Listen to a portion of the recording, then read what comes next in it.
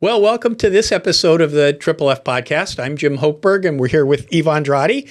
And we're tackling a kind of interesting subject today. It's why are parents being targeted by the Department of Justice for being upset at schools for books? You're hearing about book burning and all this kind of stuff. It's very interesting where that comes from.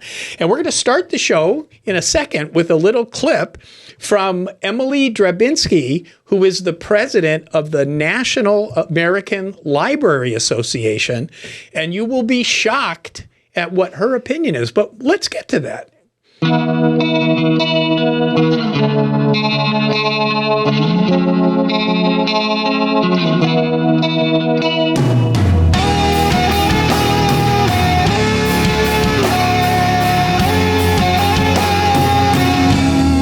Well, hey, Eva. Oh, Jim, how are you? Deeply loved, greatly blessed, and highly favored. How are you? I'm very, very good. I'm curious to see how our viewers and listeners are going to take this clip that we're going to listen to, because I think that it's going to get into a lot of the craziness we're seeing across the country. So let's jump in and listen to this horribly recorded but very important clip. Camera will be followed by the camera in the green, followed by the camera here. Hi, I'm Emily, and I'm a librarian, and I just wanted to say thank you so much.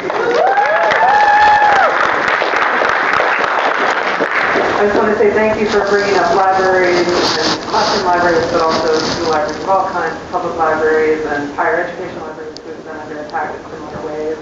But I think your point that public education needs to be a site of social organizing, I think libraries really do too, and I haven't seen that for the working in libraries, but I think there's real opportunity here to both connect what's happening in public education, what's happening in libraries, but also we need some help in the libraries. We need to be on the agenda of social organizing. So I just want to get up and say that. So thank you. Yeah.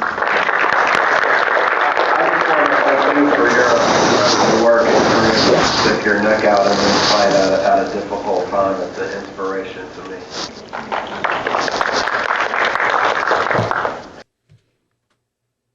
Hello, comrade. We got no comrades here. It's interesting because I spent many years in school from first grade through law school. A lot of library time all the way through. Sometimes nap time happens in the library. But I never had any kind of a person in the library proclaiming to be a lesbian Marxist. And you kind of wonder how that goes together with being a librarian. Maybe it does, maybe it doesn't. If they don't run their library from that political philosophy, it probably doesn't matter. But we saw that Emily, as the president of the American Library Association, attended the Socialist Conference, which was a 4-day, 5-day conference with lots of panels and discussions and all this stuff. I want to share some of the titles of some of the panel discussions because you don't want to just think it was some thing at Disneyland or something, right? Okay, before you do that, though, I mean, I absolutely love the library system. In fact, I don't know if they still do this, but back in the day, you'd have to get credit for doing some kind of community service when you went to Catholic schools in your senior year. And so my senior year, I signed up to work in the Ina Hina Library for the entire year to get the credit to graduate.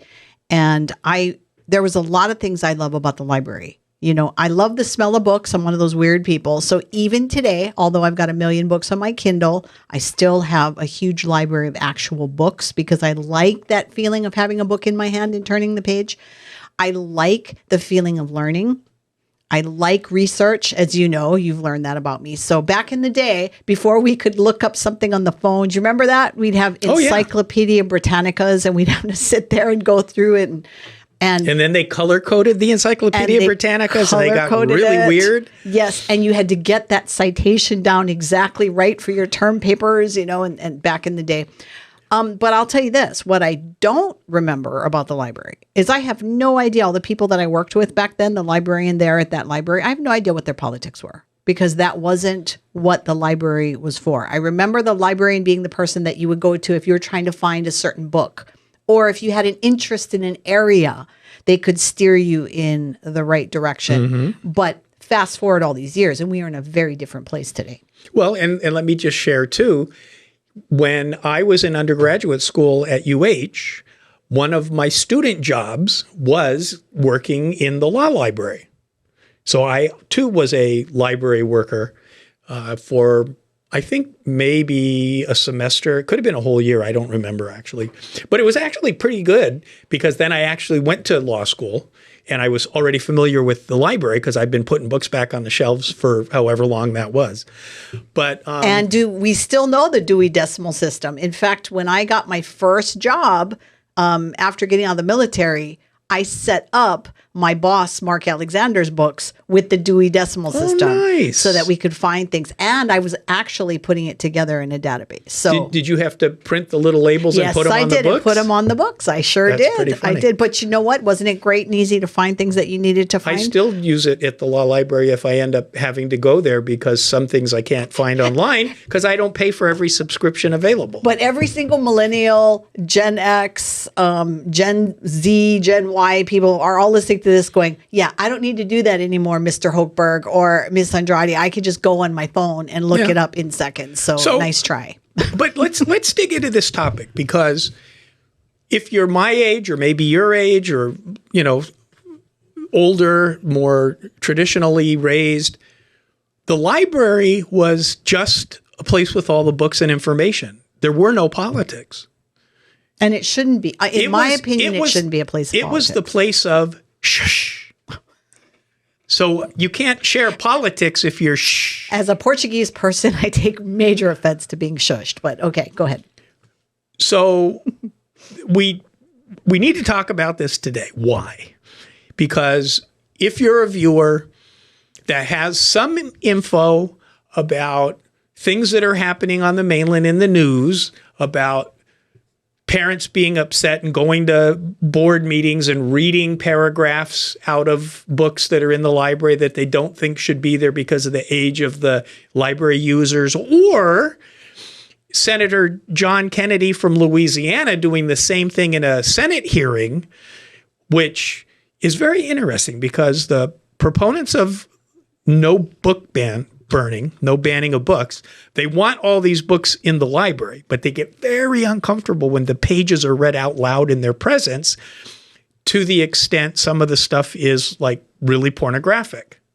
And so how is it that this is a problem is the question that I think we should be struggling with, because it's not supposed to be the library's job to shape the information and the thinking, especially in elementary schools and maybe high schools. College, not so much. I'm not so worried about that. I think that's important because people, I think, are misconstruing the difference between book banning and, you know, having kids access a book that their parents don't want them to access. Because I don't think book banning is what we're talking about. Because I think most people, when you talk to them, they think that adults should have the right to go into a library and check out what kind of books they want. So there has been a particular book that actually was prohibited. The Bible. The Bible. Yes. Yes. That's banned in, you know, some government areas because of the First Amendment's Establishment Clause. But let's get back to Emily. Emily went to a conference that ran from Friday through Sunday. So Friday, Saturday, Sunday. It was 3 days.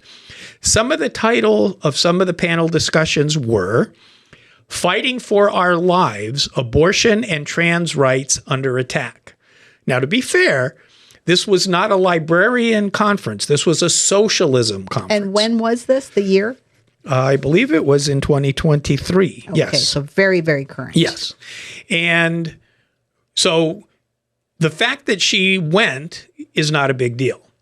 The fact that she went to the microphone and described herself as a librarian and a lesbian Marxist was completely unnecessary. She didn't need to enter into that part of the discussion. You mean to tell me when you testify at the Capitol, you do not identify yourself as a heterosexual attorney?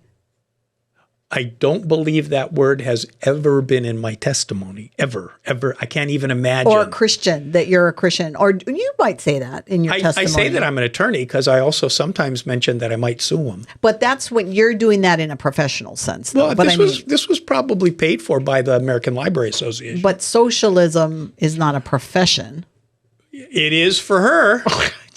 But let's look at some more of the titles of the panel. So that was the first one, Fighting for Our Lives, Abortion and Trans Rights Under Attack. And I always have to ask, what does abortion and trans rights have in common? But we'll skip that for this show.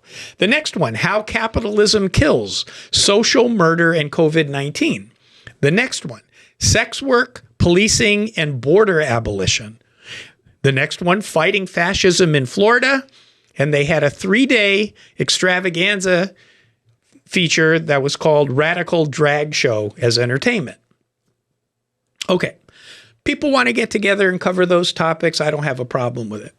But when the president of the American Library Association not only attends, but identifies as a Marxist, that's interesting to me because the state of Hawaii is one of the affiliated American Library Association library associations. It's called the Hawaii Library Association.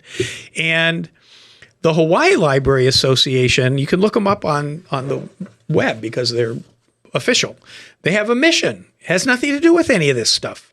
The mission is to promote library service, librarianship, which I actually didn't know was a thing, in Hawaii, in cooperation and affiliation with the American Library Association, Emily's group, and other groups having allied objectives. So if the president of the national group that the Hawaii librarians subscribe to is a Marxist and likes all these topics, we need to know about it here because this is a local problem. And we need to dig into the libraries where our kids go to school. We need to dig into the library in the neighborhoods where we live. We need to talk to the teachers of our children about what we find. And we need to get activated at the school board in the state of Hawaii. And there's only one, so it makes it easy to make sure that what we think about what's going on in the library, since this is the topics that they're interested in, are either not included or that our own children can be protected as we would like as parents to see.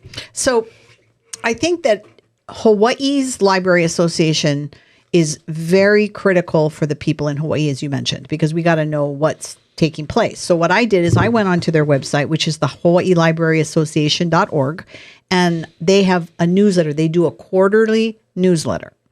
So I pulled up the December 2022 newsletter because I wanted to see, it's a newsletter. So there's all kinds of things in there. It was several pages long.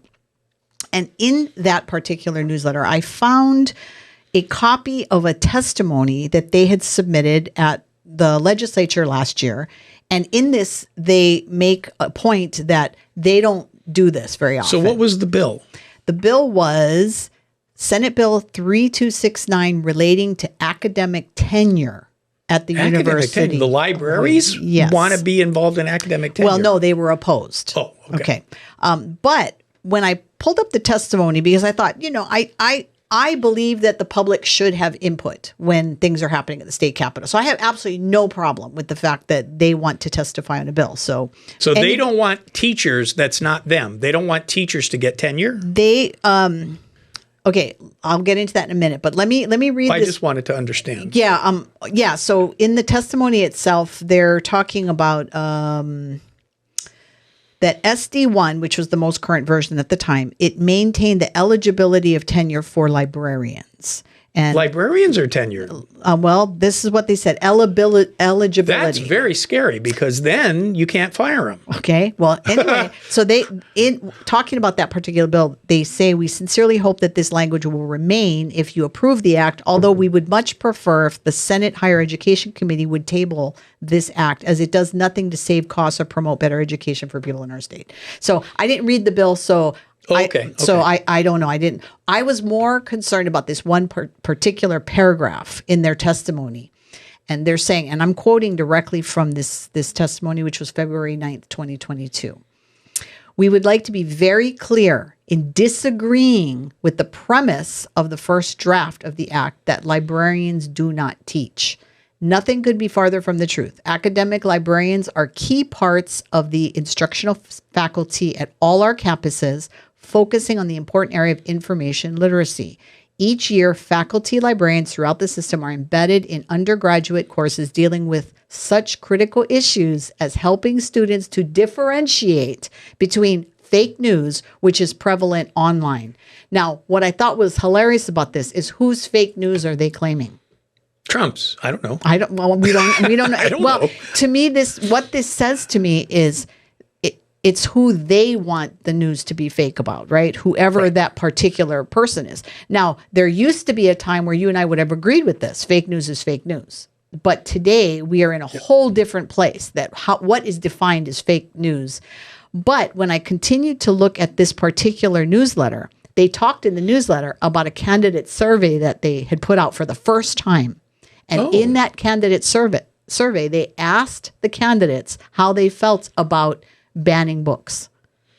And I would say probably 90... That's not a bad question for a candidate, but it's how are they going to answer it? It depends on the context. Well, 90% of them said they would be totally opposed to any kind of book banning, that people should be free. People, yeah, should adults, be free. Right, college. Well, they don't say... But that's the difference. Right, but they're saying people. But Kim Coco Iwamoto submitted testimony on this particular bill. And he said what? I mean, the candidate. And Kim Coco Iwamoto said that as a young person, they went to the library to look for books that reflected their own identity. And that's what they want, that same freedom for all children. He graduated from St. Louis High School as a boy. He wasn't looking for transgender stuff prior to that, I don't think. No, when you read the testimony, it's truth is a good answer. Thing. I think that what Kim was saying, and I don't want to speak for Kim, so if Kim's listening and decides to correct me, we'd love to hear Kim's thoughts. If you are, put it in the comments. What it seemed to me that Kim was saying in this answer to this question was that children who are suffering gender identity issues, whose parents may not be encouraging this questioning, they need to be able to go into the library and access books that are reflective of who they think they are. And that begs the question, who is it that's responsible for what is consumed by the children of a particular family? And my question is in that same candidate survey, Kim noted that they have a daughter. And I thought, now, I wonder if Kim would appreciate the daughter accessing stuff that Kim didn't want the daughter to access, whatever that is, whatever that topic is. Or is this just about gender ID issues? I don't know. But so my point is that parents are asking, from what I understand, they're asking for the right to be able to draw that line on what they want their children to access. Well, and I think what's important about the revelation of this information today for us is I wasn't surprised at all when the librarian said that they teach, because I remember learning the Dewey Decimal System in the library from the librarian. I remember learning how to use the encyclopedias in the library from the librarian. I don't remember our classrooms having much in the way of books in the classroom. So yeah, they do teach. Now here's the interesting thing, which you and I talked about a little bit before we got started today. If the librarians now are going to be Marxists and they're going to be interested in these topics, then the question becomes, okay, who's choosing what material is made available in elementary school libraries? It's the librarian. Now, I remember in the late 70s, I believe, donating some books that I thought would be cool in the library because they'll take free books. They can buy books with money, but that's when they have to get selective, right? And I assumed when I gave the books to the library that they put them on the shelves. I never looked. I have no idea. No, I think if people that are friends of the library know that there's, I think once or twice a year where the libraries do a sale where they sell the books that they're I've not done that going at to be. Ina Hina. That's right. different. I'm talking about me taking books Well, that no, but I I think had they bought add and books. read Yeah, so and donate them to be put in the library. Right, but if they don't use them, they might add them to what they sell, is what I'm saying. So, and I know that because I've seen books that are, I'm like, why is this in here? Like, you can see the romance novels, right? There's like a million romance novels. But I've also seen, like, I don't know, the history of mechanics or whatever, those kind of books too. So I guess if the book is too old, it's not going to be beneficial for anybody doing research. Maybe that's what they're thinking, but. Well, no, but what I'm saying is going forward, not from the 70s, today. It would not be far-fetched to make an appointment with the librarian at your children's elementary school and sit down with them and ask them what is their priority for adding new books. Is it subject matter? Is it age level? What is it that they're looking to supplement now with more than what they have? Because if you get that answer, and I don't know that they would answer it, but if they did, and the answer was, well, we're actually looking to beef up the first, second, and third grade library material, then you can ask them, oh, would you take me to that section now? Let me see what you got. And then you will discover what's there. And you have two choices. One is you can become an activist if you don't like it. Or the second is you can buy books that reflect, focus on the family values for kid reading or whatever, and bring them to the librarian and say, I'd like you to add these to the shelves. Well, that brings me to, so when was the last time you personally, physically, have walked into a library? I've been in the library in 2023 because I use the Supreme Court Law Library quite a bit. No, I'm talking about like a public library. That is a public library. No, I'm talking about like the Ina Hina library? Ina Hina library. I don't like the way it smells in there. Okay. It's musty. Oh, I avoid it at all costs. To all the members of the Ina Hina library staff who are like freaking out right now because Jim is talking smack. Not the people, it's the air. But they're the ones cleated, so they're feeling smacked right now. But okay. And plus, the parking is terrible. I think this is a great conversation. I want everyone listening and viewing right now, everyone, to go to your library in your area and check it out and just walk around and tell me, in your opinion, and come back and type it in the comments below. Tell me what you think the library's priorities are, but based on their displays. I'm curious. And tell me which library it is. Go out and do this and get your friends to do it. But I think it's more important to focus on the elementary school libraries because the big public library, they do segregate, or at least they used to, kid sections from adult sections, non-kid sections. University libraries, I have no concern about whatsoever. Yeah. High school libraries are a little bit harder to deal with than elementary. I would say go to your kid's public elementary school and meet with the librarians and have them give you a tour and show you what they've got for the little kids, because that's the issue. That's the book. You want to go into your thing about the book burning or banning? Okay, so when you go to the American Library Association, they actually have a section for resources. And so I downloaded one of their PDFs, which is entitled Censorship by the Numbers. And they break— It's a nice graphic, actually. It was done well. Yeah, no, it's well done. But I think it gives the bigger point of what it is we're talking about. And again, I want to make it clear that you're talking about public school libraries, which are important for the grade schools, but they throw it all. They lump sum them all together when they're talking about the book What was burning. it that they said? They said school, community, and university. Universities, yeah. right. So you make a good point that people should know, but parents whose kids are going to private school, they may not give a flying what's in the public school system, because that's why they took their kids out. No, right. But for those parents that have kids, that I would say that we should all be concerned, because what's coming out of the public school system is ultimately going to be who the leaders are, and that's ultimately who's going to make law for us. So I do think we need to be concerned about what are in the public school libraries, the grade schools. But so going back to this flyer, in this room right here at this table with these two mics, it's a 50-50 split between the leaders being private school and public school in Hawaii. So it's only a 50% who the leaders are going to be from the public schools. I'm just saying. And I will just tell you that I had friends that went to public school when I was in grade school, and I loved going to see their library. Like, I would go visit them and go, take me to your library, because I love books. Okay. I still love books. Okay. So anyway, going back to this, in this flyer, they just basically talk about who's initiating the challenges on these books. They talk about where the challenges take place. And interesting that 48% is public libraries, Jim Hochberg, not school libraries.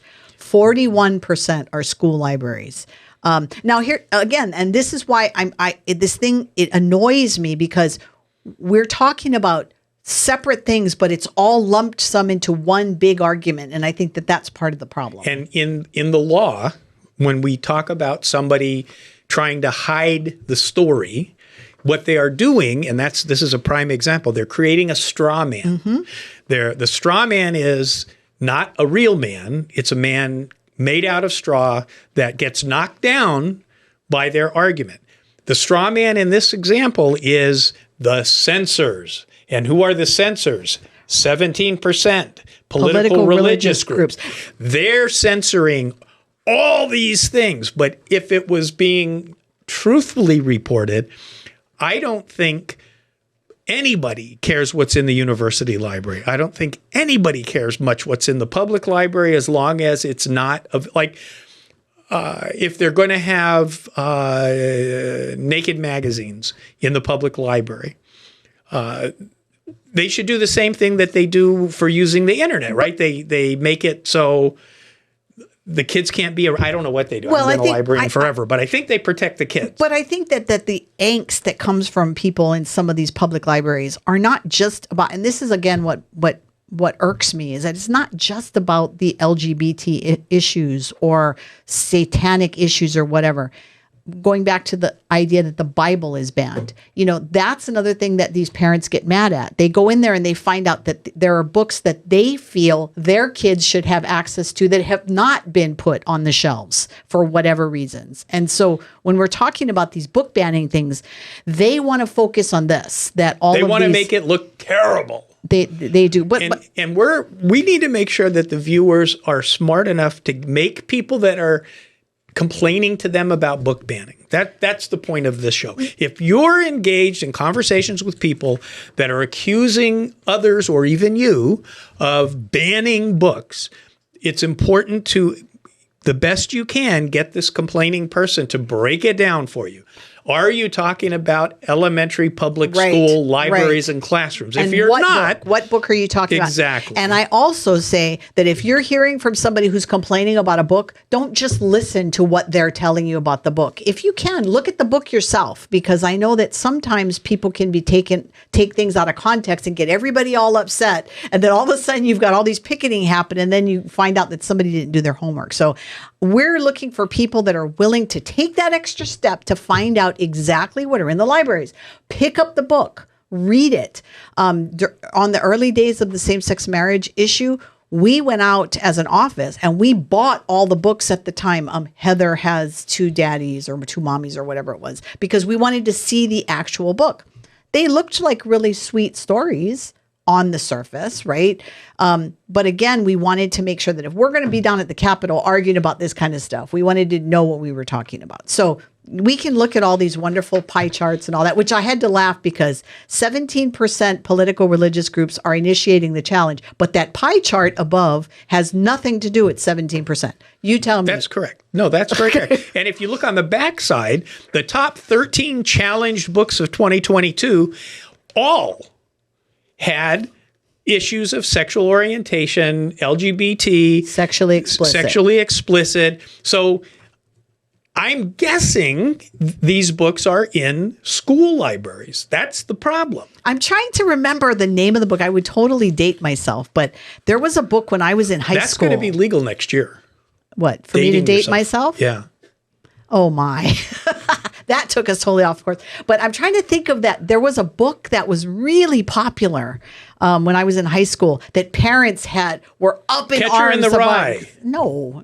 This wasn't one of those English assignment books. This was one of those, teenage girl books that everybody was reading. Anyway, if I think about it, I'll type it in if I remember, I'll put it in the comments. So you'll have to come back and check this out to see what book it was. So here's the main point, though. Nobody knows this except me because I happened to discover it in the research. The Hawaii Library Association has been a member of the American Library Association for more than 100 years. So when you start hearing about, this has been going on for 100 years, no, it hasn't. This is the Marxist version of the Library Association. And I would love to know, so if somebody who's working for the Hawaii Library Association, I'm curious, what are the top 10 challenged books here in Hawaii? I want to know what the books here in Hawaii have been challenged, because a lot of times we're thrown into these conversations. The red wave that came out in 2021. But we're running out of time. We are running out of time. So is there a call to action? I mean, I know we've been telling people to stay informed. The call to action is to realize that the libraries are not what they used to be. The president of the American Library Association is a self-proclaimed lesbian Marxist. The Marxism part's the biggest problem because that is an ideology that wants to destroy traditional America and make it communist, Marxist. Get to know your library. Your library. Get to know your library. Do that too, but get to know your librarian. If you do frequent the public library, go in there and get to know them. Find out more about them, because there are some really good librarians out there too, and we need to get behind them. I think the librarians used to all be good. That's the problem. I remember some really, really good ones. So we need to pray for them. And hey, if you're somebody between the ages of maybe 13 and 17, maybe this is something you might consider doing, is becoming a librarian and bringing your values into the public library system. Modern librarians program computers. Whatever they got to do. So make sure you like this video, subscribe, share it, and hit that notification button so you know every time we upload a new video. And make sure you join us next week, because we're starting October Respect Life Month, and we're going to talk about mothers and the importance of mothers. So we will see you all next week. Mahalo, everybody. Aloha.